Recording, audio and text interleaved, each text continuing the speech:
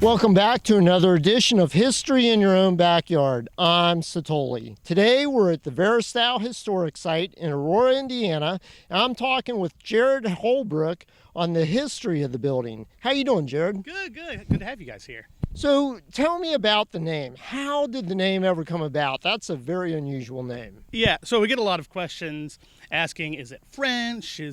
What is it? And it's actually a kind of a nonsense word. The original builder, Jesse Holman, named it Veraestau as an amalgamation of spring, summer, and fall in Latin. Okay. He said winter never comes to Veraestau. So that's how we got our name. It's no fancy French name. It's just kind of a nonsense word he made up. Okay, all right, we'll go with that. Yeah, it makes it unusual, right? There's not another Veraestau. Yeah. Nowhere. So tell me a little bit about the estate. You know, who takes care of it? How's it planned out? Sure. We're Indiana Landmarks. We're a statewide nonprofit for historic preservation. We're the largest in the nation.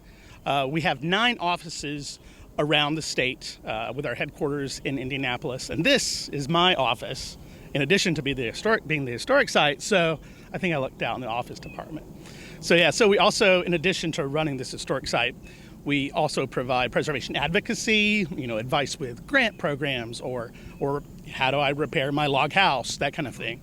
So we provide a bunch of services out of here in addition to having tours and a rental venue as well. And the building itself, you were just talking about rental venue. Yes. I guess you rent it out for weddings and that? Sure. We have it available for weddings. We've had birthday parties. We've had memorial services. It's available for day rentals for an entire weekend if you've got a wedding. They can just contact us here and we can let you know about availability and pricing and that kind of thing. We also have our own programs here. So we've got holiday open houses. We've held derby days before. So, if people check out our website, indianalandmarks.org, they can find out what's going on here. Great.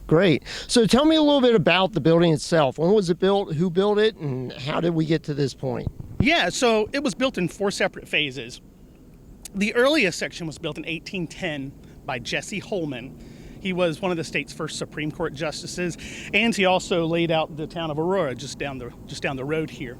He built a log section initially in 1810, and then almost immediately added on a brick section the same year. And it was his residence and office. So it was a law office up here with a pretty great view.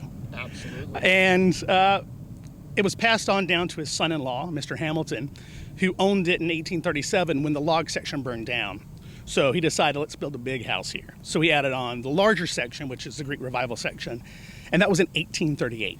And the brick section was still standing at that point? The brick section's still here. The log section's gone, but the brick section's still here. So part of the 1810 building is still in the house. Okay. So it was still passed down to yet another Hamilton descendant. And in 1913, they added on the side wing that's behind us right here that has the dining room and bedrooms up above and kitchen and butler's pantry.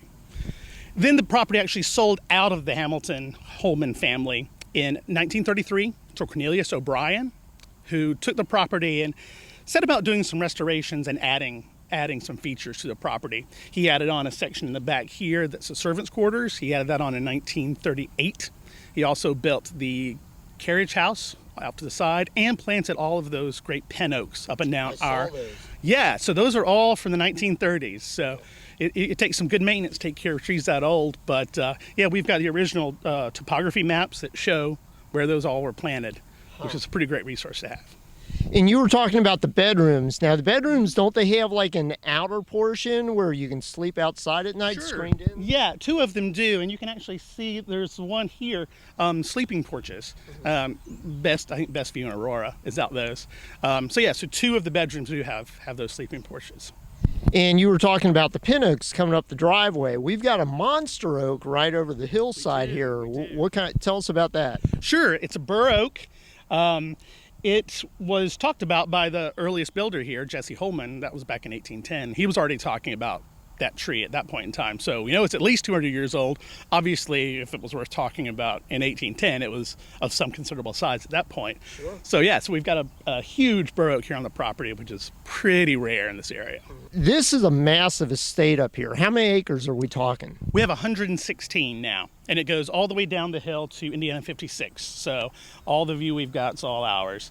And then it goes back from behind the house as well. Okay, and it's a pretty substantial view up here. It's pretty incredible. You get to see the bend in Aurora. You can see the Carroll Cropper Bridge out there.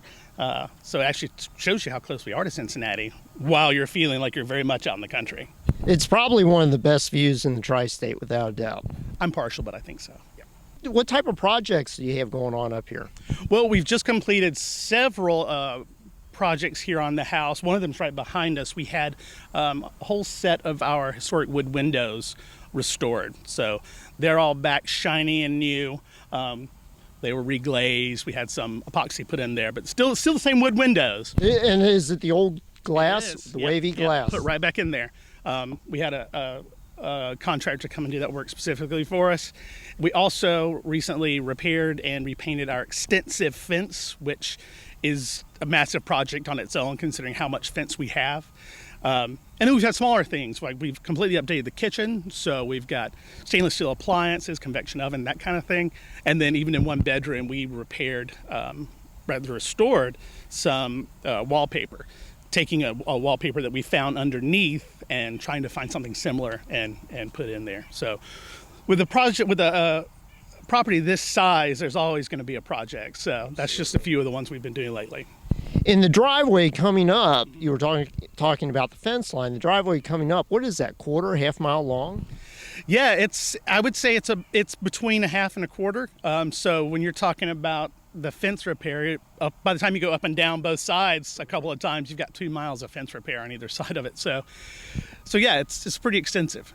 So how can people get involved with this? I mean, do you have volunteer opportunities, or how does that work? We absolutely do welcome volunteers. You know, they can reach out to us. Again, they can contact us through our website. Our email and phone numbers are on there. Again, we have other programming events such as holiday open house. People are welcome to come to. So if they check events, they can come see what we're all about and hopefully be a part of us.